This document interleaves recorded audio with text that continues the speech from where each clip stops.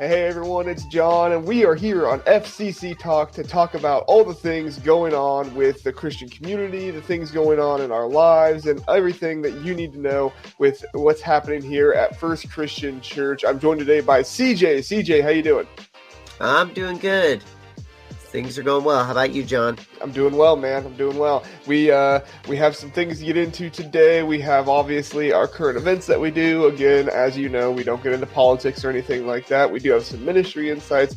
We'll get into a little bit of things with our opinions and kind of what we think. We'll relate it to our personal lives as well. And then, like always, please know this isn't a sermon. This isn't us telling you exactly what you should believe and things. These are more our opinions and just kind of uplifting conversation that we hope you find enjoyable. So if you're watching on YouTube, please like and subscribe. That helps us out. And if you're listening on podcast, please give the podcast a 5-star rating because that helps us out as well. It helps more people to see the podcast, to discover us and those kind of things. And so who doesn't want that, right? You can share the church, you can share the message of Jesus Christ all at the same time. So let's go ahead and get into it, CJ. We have the surprising rebirth of belief in God, why new atheism grew old. My thing cut off here.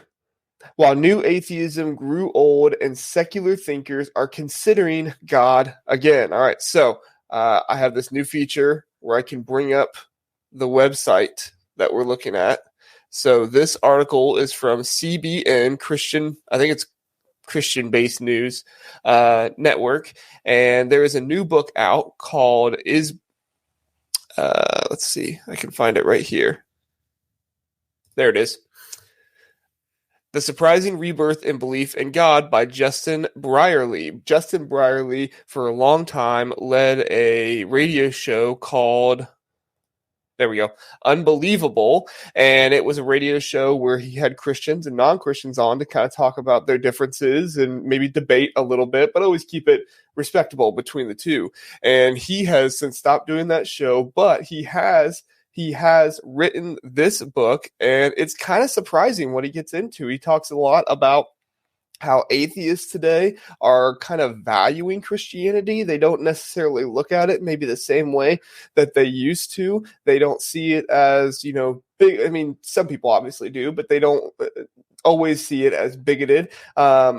But they do see it in ways that, hey, this could actually value society, morals, working hard, doing those kind of things. There's something to say there about that. So my question to you, CJ, is do you see a possibility of rebirth of Christianity happening today?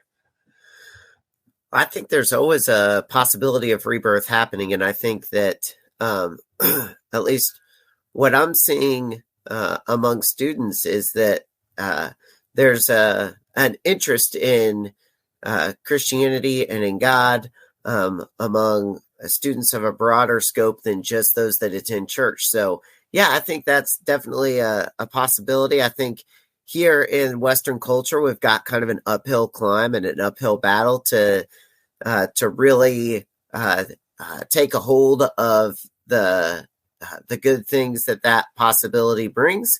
But I think it's a good thing. Yeah. What do you think? Yeah, no, I agree. I think that as society changes and culture changes, I think people's view of things change as well. And although it can kind of seem like, sometimes you read the news and it seems like there's another thing out there about how Christianity is bad and people don't like it. But I think, and I've always thought that as our world becomes more and more fallen, I think that people look for something to cling to that is uplifting, something that is positive. And I was listening to a guy the other day talk about how every religion out there, he studied all the religions, he said, and every religion out there other than Christianity, he said, can basically be condensed down to, I am going to be a good person, so that way I will go to be at a good place, or I can have a good life, or good things will happen to me, right? The pressure is on you to do the right thing. And the morals are different for, most other religions, but a lot of them have similar morals. But he said the thing that's different about Christianity is that he finds that you don't have to do all the good things in order to make that happen. You you are made good by somebody who died for you. And Mm-hmm. he said to him, although that can be a bit, offensive to some people because other people might want to think that they can save themselves. He said to Mm-hmm. him, that was always so much more liberating to think that I don't have to perfect everything in my own life, that Jesus has already died for me so that Mm-hmm. I can have a life, a future, and a hope for something eternal in the afterlife. Have you seen anything like that with students, CJ? Well, that's really been what we're talking about this month, and that's kind of the verse I was going to go to later in the podcast. Is this whole idea that we live in a culture where you try hard and hard work pays off, but Jesus has a different rhythm, and that rhythm is that we let go, and He's already shown that we are valuable and worthy. We don't have to prove our worthiness to Him. And so I'm seeing that among students. They're really starting to pick that up. Yeah. That's awesome. That's awesome. One of the other things that they touched on in this article and Justin touches on in his book is that people have tried to evangelize it for years through proving that God is real, right? And that's still something we want to do. We want to make sure we take note of archaeology. We want to make sure that we look at historical documents, all of those things. But that's kind of been people's approach for years. But he's bringing up that helping people just value God in general to him is proving more successful, because if people don't value God, if people don't think that he loves them, then even if he's proven real, they don't care about him, right? Mm-hmm. And so my question is to you is, do you think helping people value God rather than proving God to be real is a successful evangelical practice? Absolutely. I think that's the way to go, is showing people the value that is found in God's love. And I think that kind of goes back to something we talked about last time, when Jesus said, a new commandment I give you, that you love people. They're going to know you're my disciples by the way you love them. I think that's what he's talking about. I think he's saying, hey, when you go out there, you have an opportunity to say, hey, let me show you the value that's found here. And it's not so much a head game as it is a heart game.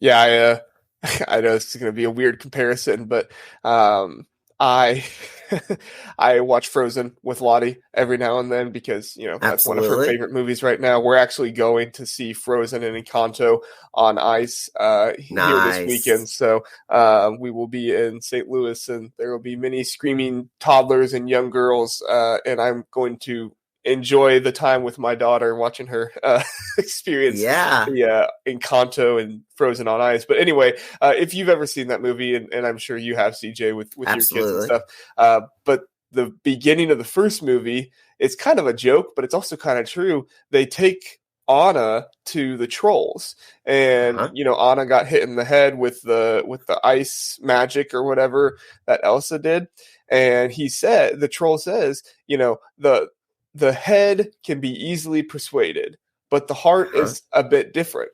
And to me, that is kind of what I've thought about with this whole Justin Breeley thing, is that, he's really going at the angle of saying, look, people can change their minds, but it's really the heart that is the issue, right? We have Yep. to help That's people exactly right. understand. Exactly. We have to help people understand what the value is of Christ. Not that, you have somebody who is going to tell you everything to do in your life, but you have somebody who loves you, cares about you, and wants to genuinely see your life flourish. Mm-hmm.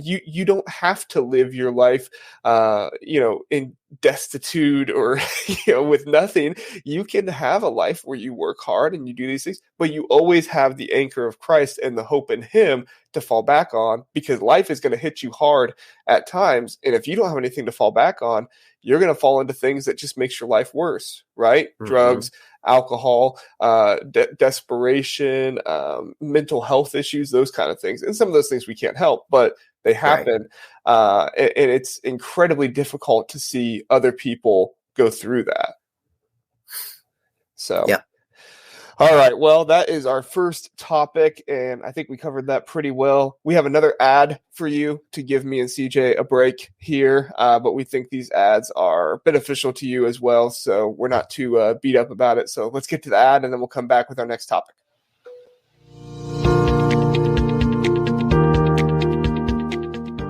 I found this resource in a workshop that I was attending. It's called Real Life Theology Conversations. It's a really good resource. I ordered one. I have our grandkids every morning from about 7:15 to 8:15 every day. And so I want to try to do one or two of these conversations during the school year. It's an opportunity to talk about the relationship with God, talk about the relationship with truth. It's 52 conversations that have to do with your child's relationship with God. I don't know if you've ever struggled with having family devotions or anything like this. This is just kind of a once a week or twice a week kind of thing that you can have some conversation, talk about something in their lives, and it doesn't take any time at all, but it's planting some seeds into their lives that will help them deal with the culture, with their friends, their relationships, and also strengthen their relationship with God. But I'd really encourage you to check this out on Amazon. It's called Real Life Theology Conversations. Real Life Theology Conversations, a great book. I've looked through it. Unfortunately, I haven't ordered mine yet, but I do plan on ordering it, and I think it's going to be a great tool. So, All right, our next article: what to do when worship feels stale. So this article kind of starts off talking about, just kind of the emotional feel of when maybe you are going to church, and I think we've all kind of been here before, and the worship set is starting, and maybe you just don't feel as into it as maybe you have most other Sundays, right? Maybe the words don't feel like they're coming out as honestly as maybe they have before. And they give 5 suggestions of things you can do. Number 1, remember that worship isn't about how you feel, right? Number 2, try different styles of worship. Okay, so don't just keep doing the same thing over and over again. Number 3, don't be afraid to stand in it and let it surround you, right? Don't be afraid to let that situation actually engulf everything that's going on in your situation, and find a rhythm of worship that goes through your week. So that way you're not just worshiping on Sunday morning, but you're also finding time to worship, whether that be with music, whether that be with service, whether that be with love during the week as well. And then finally, number 5, do it anyway. I know that's kind of a hard one for us to do because it's not exactly what we always want to do, but do it anyway. So my question to you, CJ, to start us off is, what do you personally do to approach worship to help it not feel stale? I think the thing that it comes back to for me personally, excuse me, is this idea of finding worship throughout the week. Sunday is a big day for me as a minister. And so my mind is generally a million different places. And so for me, church and worship is something that I experience and I do. And I find that when that feels stale, or I'm scatterbrained, or I'm thinking about what's going to happen in Sunday school or worship uncoiled or conversations I've had with students, and I'm a little bit distracted, I find that I just come back to this idea that my whole life is worship. The way I'm a dad to my kids, and the way that I'm a husband to my wife, and, the way that I react to different situations. And it's just one of those things where I worship in a daily routine and in a daily moment. And the cool thing about that is that I can find connections with God that aren't your stereotypical connections. Like we tend, and they say this in the article, we tend to think my worship time is Sunday morning, and I'm going to connect with God from 11 to 12 at the second service worship time. And when we limit it to that and we don't connect there, or something is just off, we miss out on a connection with God. And maybe the best way that we can connect with God is worshiping throughout our week, and not necessarily singing songs, but doing the things that we do on a daily basis and doing them well and honoring God and finding God's beauty in the midst of that. Let me give you an example. I brush our daughter's teeth every night before bed. And here lately, like the last 3 or 4 days, for whatever reason, she said, "Dad, let's hold hands while we brush teeth." And so for the 2 minutes while I'm brushing her teeth, I get to hold Luna's hand. And it's just been a really cool. I just sat there last night smiling, getting to hold her hand, thinking what a cool moment it was. And, just a connection with God that he gave me, our family. And there are moments throughout the day that we can find to worship God and connect with him. And I think that's super, super vital, whether we are connecting in worship or whether worship is feeling stale, but especially when worship's feeling stale. Yeah, I think that's a great point. I remember back in high school during my Sunday school class, when I was in student ministry, our youth minister would always ask us at the beginning of class, and he would go around the room and he would say, "Give me a highlight from your week, and then let me know somewhere where you saw God this week." Either you saw God working, or maybe even just you saw a tree and made you think about God, right? Give me some place where you saw God. And that was always our assignment, was to come back on Sunday morning during Sunday school and give them a place that we saw God. And that really challenged me in my life to not just, kind of live my life through the week, but to actually see God working in different ways. So like this for you, CJ, just being able to hold your daughter's hand, you can see God in that moment through his blessings that he's given you, through the beauty of his creation, right? I mean, all of those things.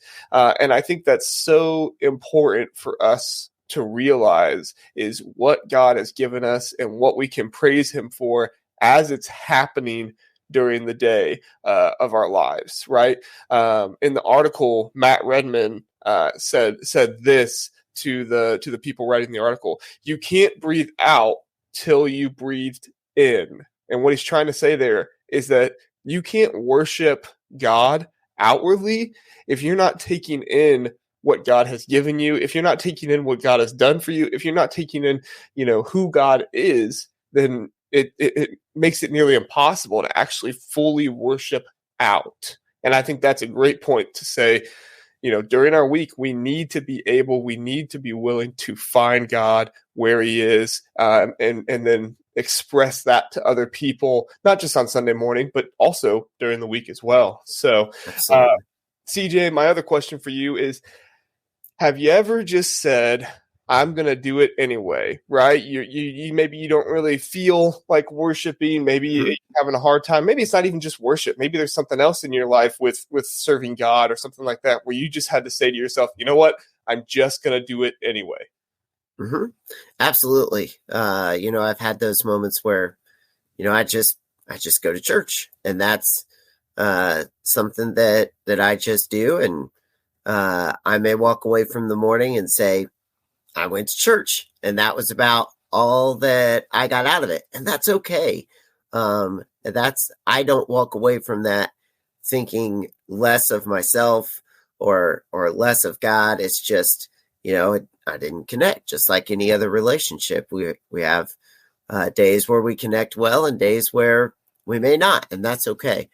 So yeah, definitely I've had that. How about you, John? Yeah, I think, you touched on the whole ministry aspect earlier, working in ministry, doing those kind of things. And I do think that, there are some Sunday mornings where it's a little bit tougher to get out of bed. Maybe you didn't have a great weekend or something like that or whatever. And you just kind of say to yourself, you know what, this is not about me. And being in ministry has really helped me with that, realizing that church is not about me. It's not about me going. It's not about me being served or anything like that. When I was younger, I heard some people talk about the Christian consumer mindset when it comes to church, that I'm just going to go to church and consume the service that people are giving, consume, the environment that the church is putting on with the worship service, right? But then when I got into ministry, not that I never saw it before, but it just helped make it more clear to see that church is not about you. It's about the community, and it's about God, and it's about God's community serving and worshiping him. And so there have been times where, maybe church is not something I want to do that morning. Maybe it's not something that I want to go to. Maybe singing is not something I want to do, but it's not about me, right? It's about God serving his church, serving him in those different kinds of areas. You ever experienced anything like that in CJ, or am I alone here? No, I think you're right. I've experienced that, and I like what the article said. When you're not feeling it, that sitting there in the moment and maybe not singing, and maybe just being present is an okay thing. And so, yeah, absolutely. I have been there on a Sunday morning where you wake up and just not feeling it. And so, yeah, definitely. Right. Well, and I know that sometimes I do that with communion in Kids Zone. So if people don't know, in Kids Zone, we share communion for the kids who have been baptized. And if any other kids want to take it that morning, I don't restrict anybody from doing that. However, I do teach the kids, what the Bible says about taking it the right way. And so we take communion there. And adding in first service is more my time to really personally reflect.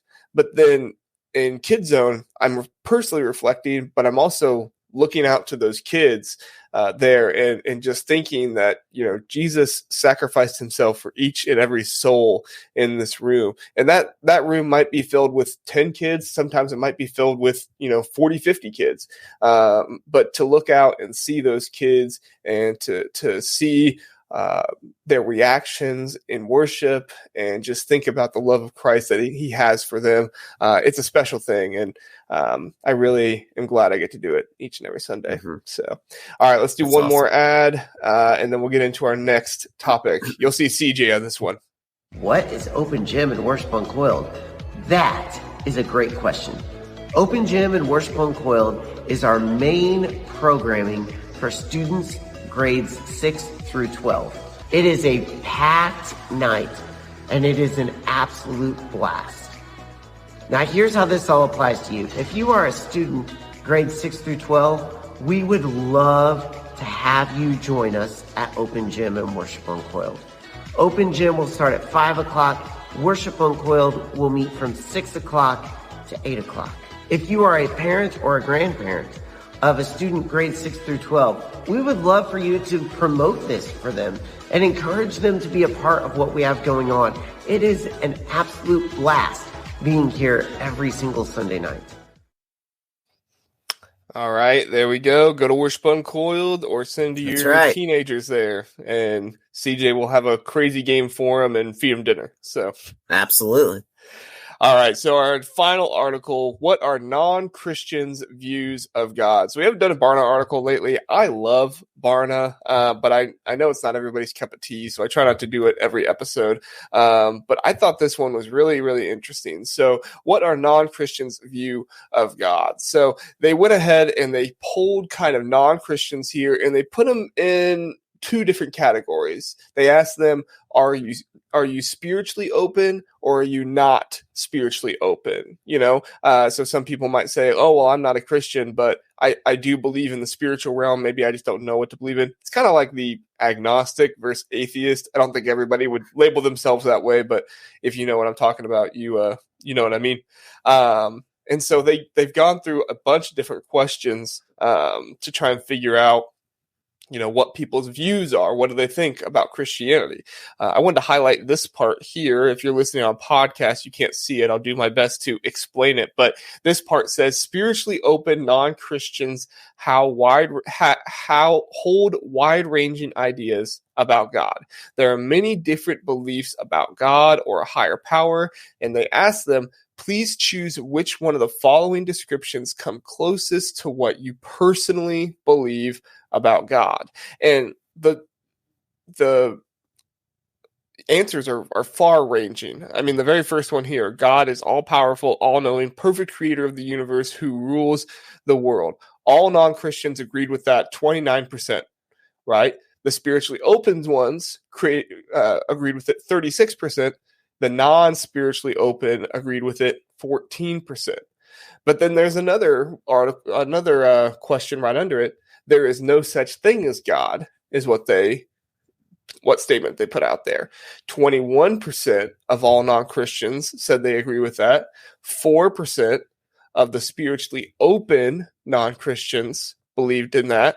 And then 42% of the non-spiritual non-Christian said they believed in that. So, these are really, really interesting statistics. And I think it's fun to kind of compare what have we seen in our personal lives. CJ, let me ask you, what has your interaction with non-Christians been like lately? And do you feel like this article kind of articulates that well? I think my interaction with non-Christians, of course, I imagine being in the Midwest is different than being in other areas of the country, but my interaction with most non-Christians has been that they believe in a God. They may just not hold to the beliefs of specific Christianity. So I think this article shows that in pretty well. Yeah, I think in my life, I have never really experienced strong atheism from somebody. Mm-hmm. I mean, I've met atheists, but I've never really met somebody who it's like their life goal to make everybody else not believe in God, and they are staunchly against him. Right? That's not really been my my interactions with them. And maybe you have. If you have, then you have a different experience than me. However, in my situation, I have not experienced that as much. And I think that this article shows us that, people who are non-Christians really do have more of an openness toward the spiritual realm, to God, to the idea of a higher calling, a higher being, right? Than maybe sometimes us Christians think before. Because CJ, I don't know, would you agree with me when I say that many people are not Christians, not because they have a proof or like a reason to believe God doesn't exist, or you think that it's more because of the heart and people maybe don't want God to exist or don't want to believe he exists? I think a lot of people are non-Christians, not because of a disbelief in God, but because of maybe they've been hurt by other Christians or by the church. And so I think it's a heart thing where it's difficult to trust because they've experienced the loss of trust. And as we know, trust is difficult to build. So that's why it's so important that as Jesus followers, we're careful in all of our interactions, no matter where we're at or who we're interacting with. Yeah, I think there's an interesting graph further down on this article where it says 2 in 5 spiritually open non-Christians have a personal commitment to Jesus. Now that kind of shocked me, right? 2 in 5 spiritually open non-Christians have a personal commitment to Jesus. The question they asked was, have you ever personally made a commitment to Jesus Christ that not just have you made one, but that is still important to you today? Of the just non-Christians in general, 13% said not sure, 58% said no, and 29% said yes. And then here's the disparity.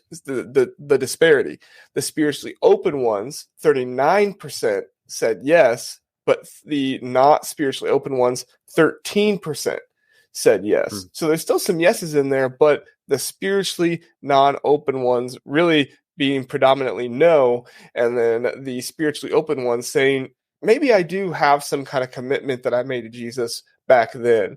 CJ, I didn't write this question down, but I am curious your thoughts on it, because you mentioned, people kind of drawing away from God, maybe because of their experiences with the church or something going on. How do you think that we should treat those non-Christians, practical ways? We should treat them with love, obviously, but, what are some practical ways that we can treat those non-Christians to maybe help them reconstruct that relationship with the church, so that way they're not completely put off by it? I think a big part of it is going into that relationship with no motive. I think a lot of times we go into relationships with non-Christians with the motive of getting them to know Jesus or bringing them to church. And that's our purpose for having that relationship. And I think a lot of people see right through that. And I think that builds distrust. And I think if we can go into a relationship with no agenda other than loving them and showing them the love of Christ, they will experience Christ in a greater way than if we went into that relationship with an agenda. Bob Goff's one of my favorite writers, and he says that people recognize the love of Jesus when they experience it. We don't have to express, hey, I'm doing this in the name of Jesus. Like, they know that, and they know what Jesus' love feels like. And so if we can just go out and love people that way, with no agenda, I think that'll help a lot.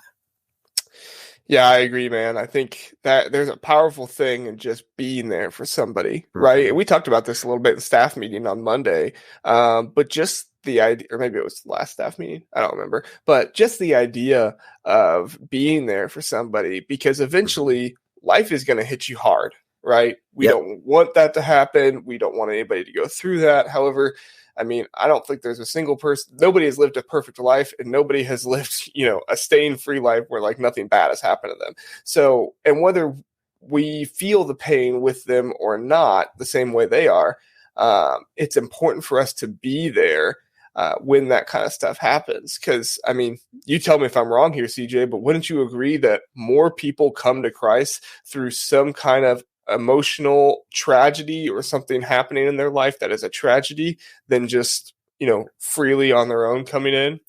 Yes, I would totally agree with that. Yeah. And so I think you're right. If we don't have that agenda, then we've just made ourselves open and available to be there for them when stuff like this does happen. So You got any more thoughts on that, CJ? No, I think we hit it pretty good. Very good. All right. So that's it for all of our articles. We're going to get into some personal, what you eating, what you watching, what you drinking, or reading. I guess drinking. I'm drinking water. But that kind of stuff. We'll do one more ad, and then we will get into that. I want to invite you to listen to the First Christian Church podcast, and here's why. Every week we post about 2 or 3 times a week to provide you with online biblical teaching that is good for you, good for our church, good for our community, and it's all centered around teaching you more about God. So one of the posts that we make every single week is we do post the sermon. And now you might think, well, I already go to church on Sunday mornings. Why would I want to listen to that? Well, sometimes you miss. Sometimes you had something going on and maybe you missed a part of the sermon, or maybe you had a hard morning and you were kind of checked out and you want to go back and listen to it again. Or maybe it was just so good you have to listen to it again. And that's a really easy way to do it while you're on the go. Another thing that I've actually had people tell me they do, and they've had a lot of great success with this, is sometimes when you're listening to a sermon, you hear something and say, I think this other person needs to hear this thing. And this would be a really awesome thing for them to know. And so instead of trying to figure out where the online service is and then throwing that at them and saying, hey, listen to this, it's a little confusing, it's so much simpler just to send them to the podcast and say, hey, here's the title of this sermon, or hey, this was on Sunday, so just go look at the most recent one and say, hey, go listen to this because I think it's something you could really use. I think I thought of you while I was hearing it, and that's a great way to not only share our church, but to share the message of Jesus Christ with other people as well. If you like the idea of listening to the First Christian Church podcast, please go do that, and we will let you know when we know more about the things we're going to do later on. Thanks.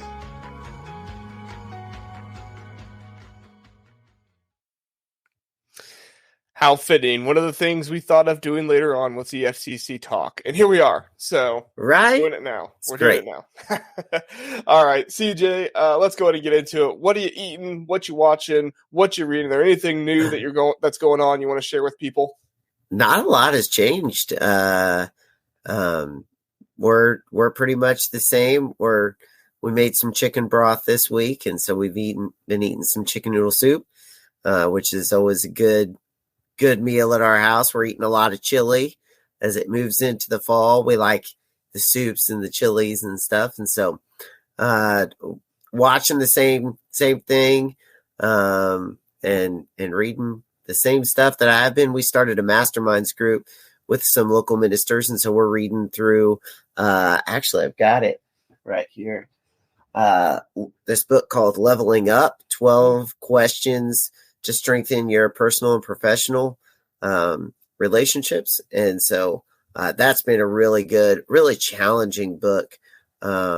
Today's question that we're talking about is the self-awareness question. And that's what's it like to be on the other side of you?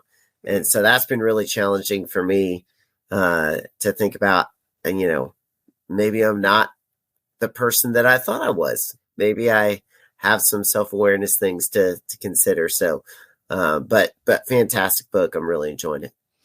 Gotta love self-reflection. Right. I've done that a time or two, and it's like, oh man, if everybody could just love being around me, that would be so much easier. I wouldn't have to think about all this stuff. Right? Yeah. Yes. So, so would you say that's a book for ministry leaders and people in secular jobs and things like that, or is it more just a ministry book? It's a book for anybody. Okay. It's not necessarily geared toward ministry, and even in the chapters, it's written from the perspective of not church life, so just life in general. So super, super good. Ryan Leake. So and an easier read, and so it's fantastic. Very cool, very cool. Bob Goff, have any books come out lately? Not lately. We're going through in our Sunday school class. We're going through the book Dream Big, and it's all about finding your ambitions and chasing your ambitions and narrowing down ambitions that are God honoring, and so that's been really good. Dream Big. It's been a good book as well. Very cool. Yeah, I think Bob Goff has a lot of really interesting insights, and his writing style is I don't know exactly how to describe it. It's different, but it's like a really good different. Absolutely. And I always appreciate that. I feel like his personality is coming out off the pages. So absolutely. Yeah, that's cool. For me, nothing really new. I kind of do this every single week. I guess I had chili for the first time last weekend. Nice. Hannah's family came over and we made a huge pot of chili. So that was good. We aren't watching anything new. I'm still watching football. So, Very football nice. season, that's what I'm going to be watching. I won in fantasy football last week, so that was good. I beat Chris, so I have some bragging rights. Oh, yeah. That's a big win. He's been a little stressed this week, so I'm trying not to brag about it too much. But I'm definitely going to let him know a little bit more today if I see him. So yeah. All right, CJ, one more thing before we get out of here. What is a Bible verse that has been on your heart lately that you just like to share with everybody? I mentioned this earlier, but it's Ephesians chapter 2, verses 8 and 9. It says, "For you have been saved by grace, for it is by grace you have been saved through faith. This is not of your own works. It is a gift from God, not a result of works, so that no one may boast." It's just this idea that we live in a culture, and I know me personally, like I'm a person that hard work pays off, and you work and you work and you work and you work and you work to get a payoff. And we tend to bring that into our spiritual lives where we think, man, if I do this and this and this and this and this, God is really going to love me. And the truth of the matter is, God really loves you, whether you do this and this and this and this and this or not. Like, he already made the decision that you're worthy of love. He already made the decision that you're worthy of dying on the cross. And then it's him working in and through you that brings life change. And it's not so much about us trying harder and harder and harder. It's about God working through us to do those things. And it's finding a different rhythm of life, of letting go of our own control and allowing God to work through us. And so that's been a verse that's just been kind of on my mind and heart a lot lately. I love that, man. It's funny. This is actually verse 8 was one of the verses we used in chapel yesterday. Nice. So it was really, really cool to hear you say that.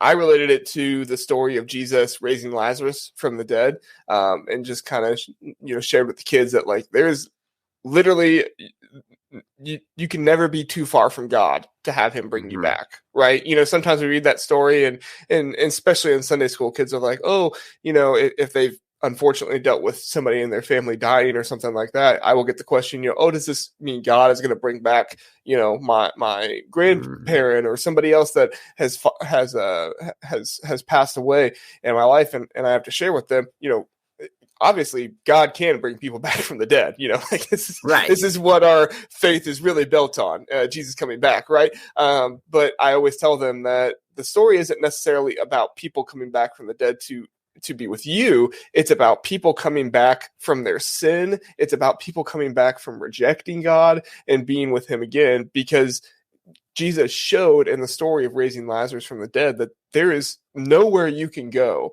that he cannot bring you back to him. There is no time where you are ever so far from God that you can't pray and reach out to him. There's no time where you can't go to church and experience worship with him. Now, sometimes, churches aren't perfect. Sometimes we don't always get that right. But in reality, Jesus will never tell you that you are too far from him to be able to come back.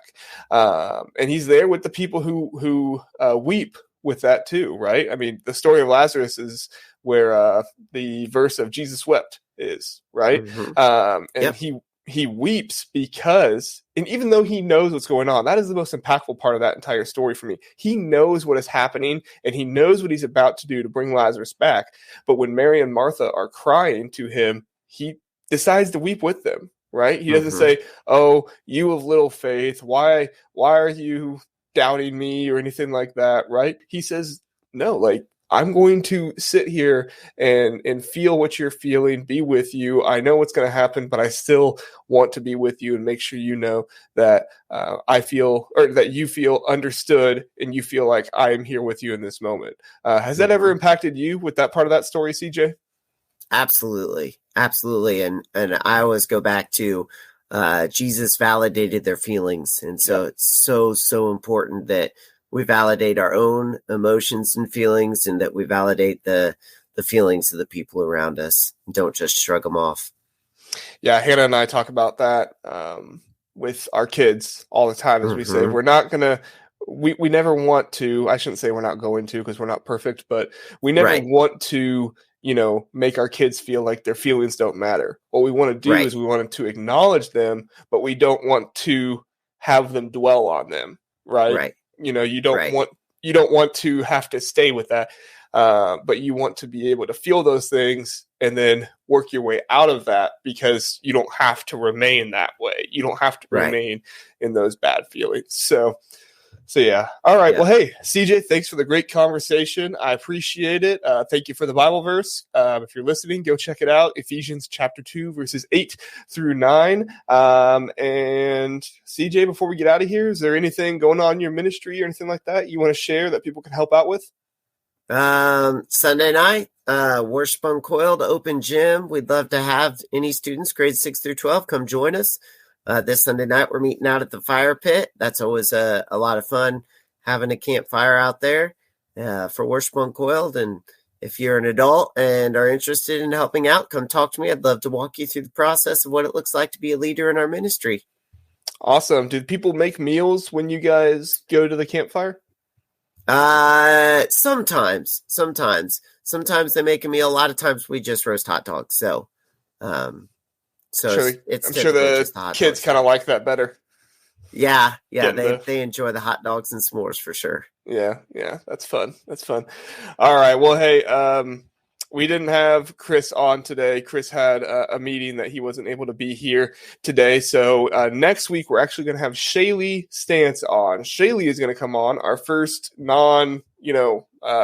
group of the guys, ministers, whatever you want to call us, right? We're going to come on, and she's going to join me for the FCC talk next week, and then we'll have Chris on after that. So next week, Shaylee, week after that, we're planning on having Chris. Things just come up sometimes in the ministry world. You know, you can think you have a free week and stuff's not really going on, and then all of a sudden Monday hits and you realize you have stuff to do all week long. So CJ made time for us this morning. We appreciate it. So CJ, thank you. Appreciate you. And everybody have a great week. We'll see you next time. See you guys.